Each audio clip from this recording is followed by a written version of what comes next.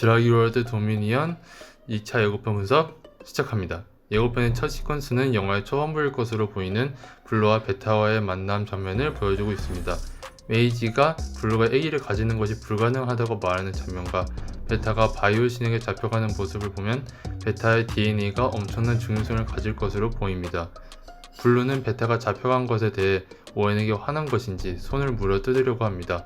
그리고 아주 아름다운 대도시샷이 나오는데 건물 위에 풀 같은 것을 보면 아마 케찰코의 둥지인 것으로 보입니다.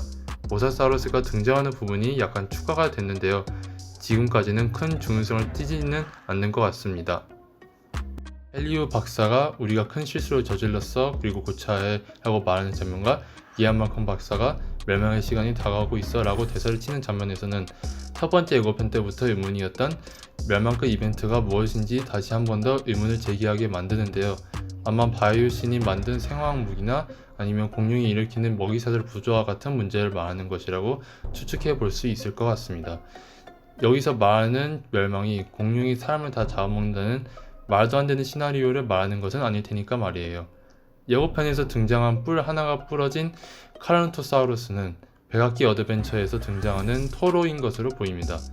이 장면에서는 아트로키 랍토르가 오웬 일당을 쫓게 되는 계기가 보입니다. 무슨 이유에서인지 갇혀있던 랩터들이 풀려났고 컨테이너 옆에는 NT라고 적혀있는 것을 볼 수 있습니다. 아직까지는 이 글자가 큰 중요성을 가지는 것처럼 보이지는 않습니다. 이 장면에서는 거의 무표정으로 전동 킥보드를 타던 한 아저씨가 알로사우스에게 잡아먹히는 모습이 보입니다.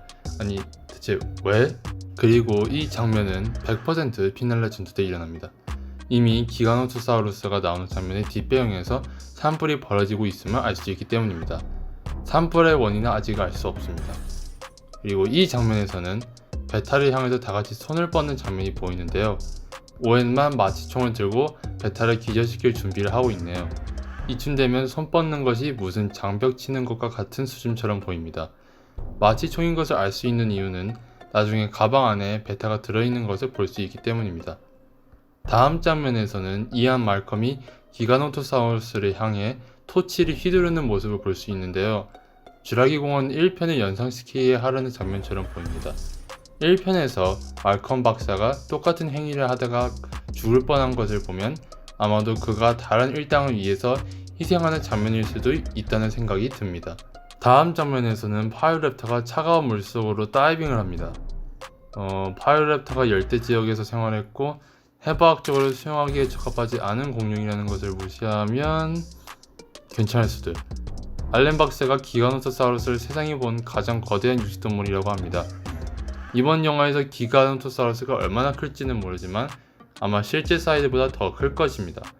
참고로 현재까지 발굴된 수강류 중 가장 거대한 종은 몸길이 12.4m에 몸무게 16톤인 티라노사우루스입니다.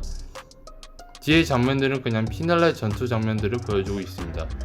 예고편에서 티라노사우루스가 자주 안 등장하는 것을 보면 엄청 중요한 역할을 이어서거나 아니면 스크린 타임이 거의 없거나 둘 중 하나일 것 같습니다. 이미 최종 빌런의 모습을 너무 많이 보여줬기 때문에 서스펜스가 약간 떨어진다는 느낌도 듭니다. 지금까지 짤막하게 쥬라기 월드 도미니언의 2차 예고편을 분석해봤습니다. 시청해주셔서 감사합니다.